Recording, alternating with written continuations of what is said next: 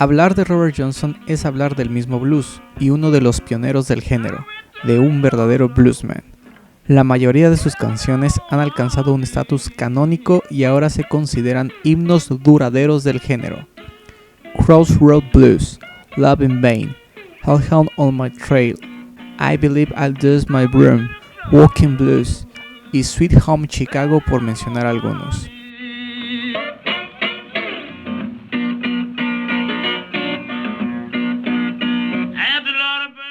Muchos biógrafos y musicólogos han trabajado durante años para desenterrar algunos datos. Su hermanastra, Carrie, creía recordar que su madre le había dicho algo sobre el nacimiento de Robert, por lo que se cree que Robert nació el 8 de mayo de 1911 en Hazlehurst, Mississippi. Es posible, pero no existen registros.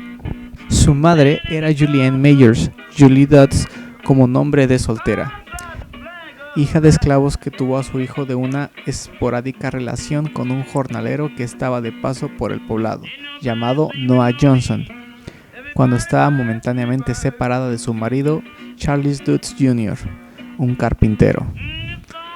Robert tardó años en saber su verdadero apellido.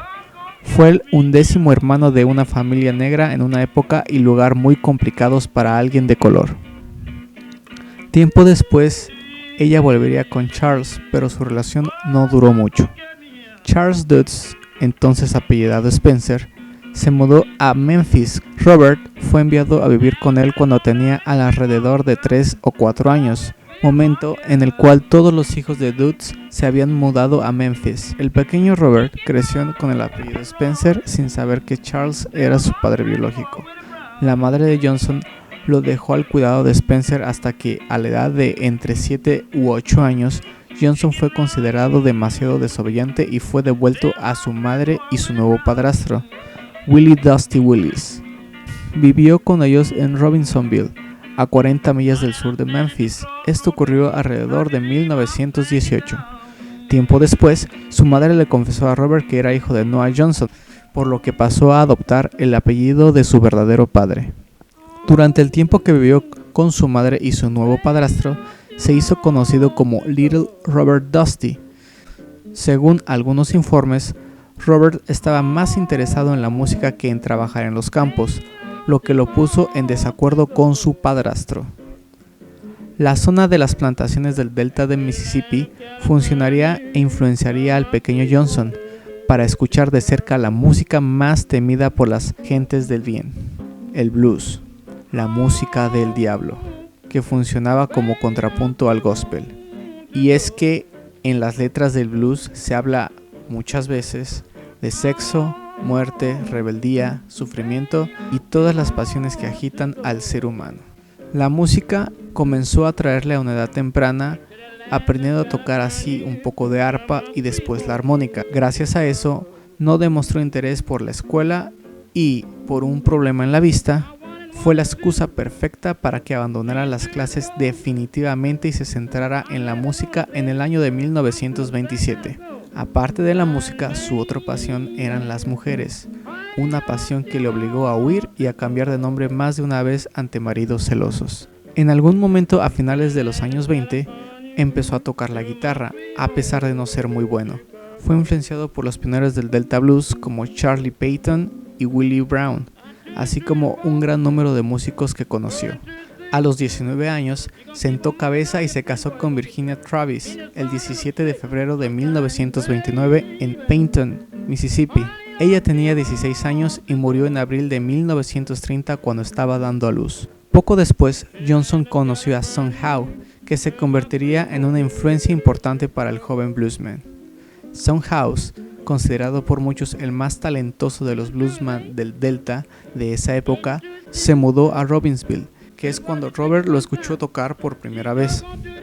El músico de blues trató a Robert Johnson en esa época desgraciada y lo recordaba como un guitarrista pésimo y carente del más mínimo talento. Son Howe recordó muchos años después: tocó una armónica y fue muy bueno con eso, pero quería tocar la guitarra. Fue de Howe y su amigo Willie Brown lo que Robert aprendió. Los veía tocar y cuando tomaban un descanso usaba una de sus guitarras. Según Howe, no era bueno en absoluto. Quítale la guitarra a ese chico, dirán que está volviendo loca a la gente con eso. Fue entonces cuando Johnson decidió tomar el camino al que parecía estar destinado. La vida de Robert dio un vuelco y refugió su tristeza en el blues. Comenzó a viajar siguiendo a los grandes del blues y tocando sin ningún éxito. Es aquí cuando Robert entra en una dinámica nómada, dedicándose a viajar en vagones de mercancías de un sitio a otro, para mejorar su habilidad musical, conocer el mundo, mujeres y aficionarse de forma peligrosa al alcohol y a las compañías de dudosa reputación. Regresó a su lugar de nacimiento y conoció ahí a su gran mentor, Ike Cinnamon, un bluesman. Los aspectos más oscuros y más ocultos de la leyenda de Johnson aparecen primero aquí. Johnson aprendió con Cinnamon a tocar blues con su guitarra mientras estaban sentados encima de lápidas. Esto no hizo más que echarle leña al fuego, pues no era normal practicar a altas horas de la noche y mucho menos en un cementerio. Durante esa época, en Hazlehurst, en mayo de 1931, se casó de nuevo, esta vez con Coletta Craft, una mujer que, según los informes, lo adoraba y le permitía la libertad de pasar días y noches en compañía de Cinnamon. Johnson comenzó a escribir sus canciones y, a pesar de estar casado con Coletta Craft, siguió viajando por el Delta, mejorando su habilidad con la guitarra, tocando en algunas juntas de juke y en los picnics, cuando no estaba recogiendo algodón. En algún momento, a principios de los años 30, dejó su lugar de nacimiento para ir al delta del Mississippi. Su esposa sufrió un colapso y regresó a su hogar. Ella murió unos años después. Son House contaba que Robert Johnson desapareció durante unos meses y que volvió convertido en un maestro supremo de la guitarra. Ahí comenzó la leyenda del diablo, de la que el propio Johnson habló alguna vez. Decía que, en efecto, había vendido su alma. 6 de sus canciones hablan del diablo. Investigaciones posteriores indican que House no tardó unos meses, sino casi 2 años en reencontrarse con Johnson. En cualquier caso, Robert Johnson aprendió a tocar, cantar y componer ya adulto y en muy poco tiempo. Atención, no estamos hablando de niveles normales, hablamos del mejor bluesman de todos los tiempos. Después de un breve regreso a Robinsonville, se instaló en Helena, Arkansas, donde conoció y tocó con Robert Nighthawk, Elmore James, Honey Boy Edwards, Howlin' Wolf, Calvin Fraser, Memphis Slim, Johnny Shines, Sonny Boy Williamson II y Jackson Harney, por mencionar algunos. Fue en ese momento que se unió a Stella Coleman y adoptó extraoficialmente a su hijo, Robert Lockwood Jr., quien se convertiría en un respetado hombre de blues, usando el nombre de Robert Jr. Lockwood. Al igual que muchos bluesmen de la época, Johnson manejaba su arte en las esquinas de las calles, siempre divagando, siempre solitario, y escribiendo canciones que romantizaban esa existencia. Pero Johnson logró esto con una intensidad sin precedentes, combinando su voz extremadamente agresiva con un dominio de la guitarra, tanto que su música ha perdurado mucho después del apogeo del country blues y su propia corta vida. Robert tocó por todo el sur de Estados Unidos. Nunca se quedaba en el mismo lugar, como si huyera constantemente. El público afirmaba que tenía algo mágico que cautivaba. Sorprendía al público con su música y su guitarra que sonaban como si fueran dos, su voz que podía cambiar de formas, sus ojos fijos que miraban como poseídos. Era incapaz de quedarse en un solo lugar. La letra de las canciones trataban sobre desesperación religiosa y demonios interiores, y 2 de sus mayores éxitos hacían referencia a su supuesto pacto. Crossroad Blues habla sobre un cruce de caminos que muchos consideraban como lugar señalado para el pacto, y la letra de otro de sus éxitos, Me and the Devil Blues, dice: temprano en la mañana, cuando golpeas a mi puerta, digo, hola Satán, creo que es tiempo de partir. Este universo lírico, unido al ambiente peligroso e insano de los clubes en los que sonaba el lamento de la tierra conocido como blues, le daba al género una siniestra reputación, que fue secundada con crecientes rumores de cómo los músicos lograban sus habilidades. Johnson sorprendió a propios y extraños. Aquel guitarrista mediocre tenía ahora una técnica tan sorprendente como elaborada, secundada por una utilización increíble del slide y voz y composiciones propias de altura. Una de las explicaciones acerca de este cambio podría fácilmente explicarse con el aprendizaje del joven en sus viajes, conociendo diferentes músicos y técnicas, llegando así a lograr aquel nivel. Pero en un entorno lleno de creencias y supersticiones, se extendió la idea de que el joven Robert había vendido su alma al diablo a cambio de que éste le otorgara la maestría a la hora de tocar el blues. Supuestamente, Robert Johnson vendió su alma al diablo en el cruce de la actual autopista 61 con la 49 en Clarksdale, Mississippi. Esperó en el cruce de caminos hasta medianoche, con la guitarra en la mano, a cambio de tocar blues mejor que nadie. Ahí, un hombre de gran tamaño la tomaría en sus manos, la afinaría e incluso tocaría un par de piezas con la maestría suficiente para que, al terminar, se la devolviera en las manos. Y ahora solo tenía que deslizar sus dedos por el mástil para interpretar el mejor blues de la historia. Solo había una condición: a cambio, debía de darle su alma tras disfrutar de un periodo de éxito en la tierra. No especificaba cuánto tiempo. Robert retomó sus andanzas por el Delta y también visitó Chicago, Nueva York, Detroit y San Luis. La historia cuenta que a menudo concentraba su actuación en una sola mujer del público, algo arriesgado en un mundo donde los hombres estaban felices de luchar cuando se sentían agraviados. Johnson siempre fue atractivo para las mujeres. A medida que crecía su destreza, era objeto de celos de sus compañeros, músicos, novios y maridos. A menudo afirmó que aprendió a tocar la guitarra del mismísimo diablo y muchas de sus grabaciones muestran una inquietante inspiración de otro mundo. En uno de estos conciertos fue descubierto por un promotor musical del sello discográfico American Record Corporation, y entre noviembre de 1936 y junio de 1937 grabó 29 canciones, algunas con 2 tomas que junto con 2 fotografías son el único testimonio de su paso por este mundo. Este material, junto con alguna versión, componen los 11 LPs de su discografía y que la casa editaría poco a poco. El lunes 23 de noviembre de 1936, Robert Johnson grabó varias canciones en un hotel de San Antonio, Texas. Le pagaron posiblemente no más de $100 y Johnson estaba pronto en un tren de regreso a Mississippi para reanudar la vida de un músico itinerante, temporalmente más rico que se había embolsado el dinero de su sesión. También en esas sesiones grabó varias de sus canciones más emblemáticas, como Sweet Home Chicago y Crossroad Blues.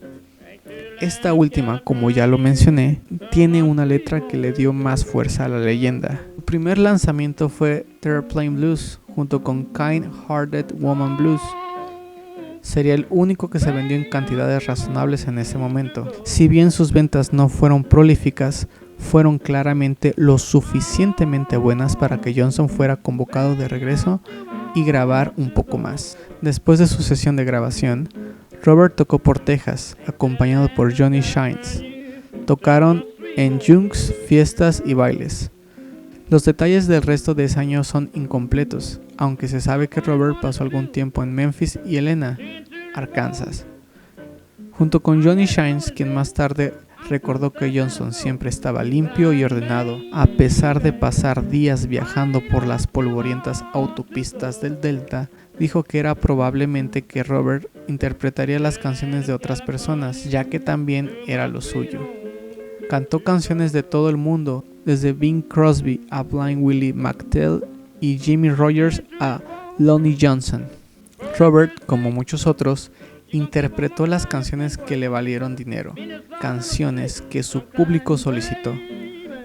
Al año siguiente, el 19 de junio de 1937, en Dallas, Texas, grabó otro puñado de canciones que posteriormente reuniría Vocalion.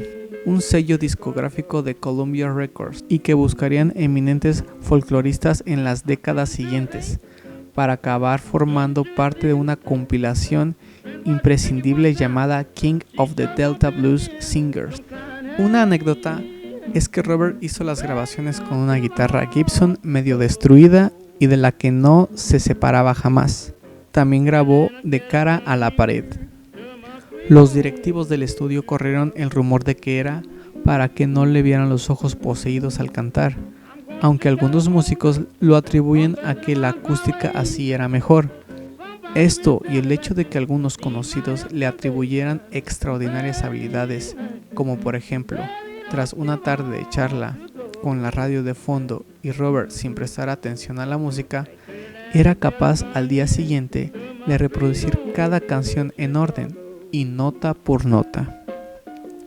Su leyenda aumentaba a pasos agigantados y la gente acudía en masa a verle, atraídos por su música y por el morbo de su personalidad, cada vez más esquiva, que le llevaba a tocar en semipenumbra para que la gente no viera su manera de puntear la guitarra, o a desaparecer en medio de su actuación. Su vida iba frenéticamente de un lugar a otro. Buscaba a una mujer en cada ciudad, tocaba en un local y desaparecía, hasta que el 13 de agosto de 1938, en Greenwood, Mississippi, el diablo se cobró su supuesta deuda.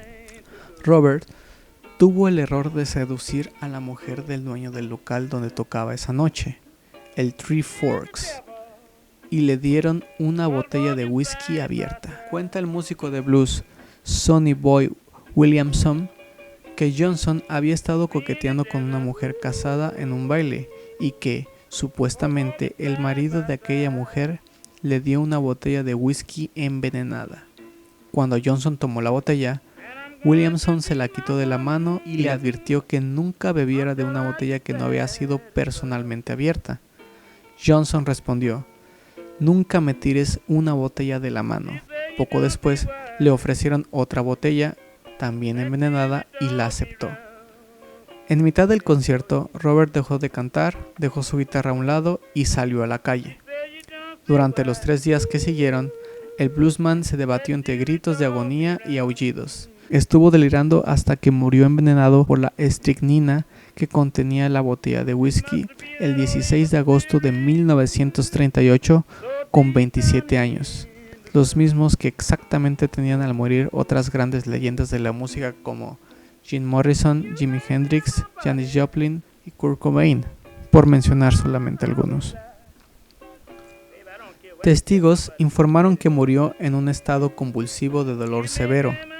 El musicólogo Robert McCormick afirmó haber rastreado al hombre que asesinó a Johnson y haber obtenido una confesión de él en una entrevista personal, pero se negó a revelar el nombre del hombre. Mientras que la estricnina ha sido sugerida como el veneno que mató a Johnson, al menos un erudito ha disputado la noción. Tom Graves, en su libro Crossroad: The Life and the Afterlife of Blues Legend Robert Johnson, se basa en el testimonio experto de toxicólogos para argumentar que la estricnina tiene un olor y sabor tan distintivos que no se pueden disfrazar, incluso con un licor fuerte. Graves también afirma que una cantidad significativa de estricnina tendría que consumirse de una vez para ser fatal, y que la muerte por el veneno ocurriría en cuestión de horas, no días. El contemporáneo de Johnson, David Honeyboy Edwards, anotó de manera similar que el veneno no pudo haber sido estricnina, ya que Johnson habría muerto mucho más rápido, en lugar de sufrir durante 3 días. Johnson no dejó descendencia ni mucho menos un testamento. Por otra parte, la tumba de Johnson, cuya ubicación aún hoy en día no ha quedado establecida con seguridad, pues hay 3 lápidas erigidas en cementerios separados alrededor de Greenwood. Una de estas lápidas fue erigida por Sony Music, y en otra ubicación, otra lápida fue pagada por los miembros de ZZ Top. En el verano de 2000, una mujer de 85 años llamada Rosie dijo que su esposo ayudó a enterrar a Johnson en un cementerio cerca de 3 millas de Three Forks.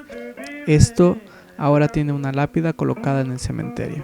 Los discos de Johnson fueron admirados por los coleccionistas desde el momento de su primer lanzamiento y se hicieron esfuerzos para descubrir su biografía, prácticamente sin éxito. En 1973 se descubrieron 2 fotografías de Robert Johnson en poder de su hermana Carrie.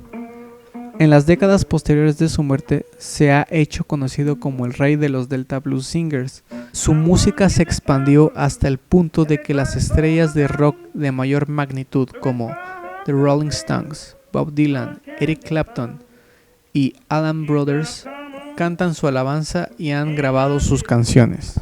El mismo Eric Clapton ha llamado a Johnson el cantante de blues más importante que jamás haya existido. Su música es brillante, su ejecución y su interpretación de la guitarra fueron únicos y venerados con razón. Aunque es un cantante callejero cuyo repertorio no se limitaba al blues, Robert Johnson es uno de los primeros y más influyentes bluesmen del Delta, a pesar de haber grabado solo 29 canciones antes de morir a la edad de 27 años. Johnson fue incluido en el Salón de la Fama del Rock and Roll en su primera ceremonia de inducción en 1986, como una influencia temprana en el rock and roll. En 2003, David Ficker clasificó a Johnson en el 5º puesto de los 100 mejores guitarristas de todos los tiempos de la revista Rolling Stones. Nunca las penurias del mundo se habían transformado en una altura tan poética. Nunca el blues había sondeado una profundidad tan emocional. Johnson tomó la soledad intensa, los terrores y el estilo de vida torturoso que conlleva ser afroamericano en el sur durante la Gran Depresión y transformó esa experiencia específica y muy personal en música de relevancia universal y alcance global. El poder de la música de Johnson se ha visto amplificado a lo largo de los años por el hecho de que se sabe muy poco sobre él y de la poca información biográfica que ahora hemos revelado a un ritmo casi glacial. Sea cierta o no su leyenda, el hecho es que Robert Johnson nos ha dejado una rica aunque poca herencia musical, pero que gracias a la misma le ha permitido a muchos músicos apreciar, inspirarse, experimentar y evolucionar su sonido e incluso influenciar sobre ellos. Robert Johnson es la leyenda del blues, el primer miembro del mítico Club de los 27 y el bluesman que ha influenciado a una gran cantidad de músicos y generaciones. Como saben, hablar de una vida en un video es complicado y no basta. A pesar de que de la vida de Johnson haya poca información o información confusa y engañosa, lo vuelve más complejo aún. Más adelante tal vez haga más videos relacionados con este bluesman tan legendario, con algunos datos curiosos o relacionados. Abajo en la descripción les dejaré un link que los mandará a todas las canciones de Johnson para que puedan disfrutarlas y escuchar a este gran artista. Si te gustó el video, por favor regálame un like para seguir creando material de este tipo. Si algo me faltó, hubo algún detalle o error, una crítica constructiva siempre es bien recibida, porque simplemente es enriquecer el tema. Puedes poner tu opinión en la sección de comentarios de la manera más respetuosa. También te recuerdo que te suscribas y selecciones la campanita para las notificaciones de mi canal, pues ya estaré subiendo videos más seguido. Espero que disfrutes tu día, tu tarde o tu noche, pero sobre todo vive y ama la música. Muchas gracias.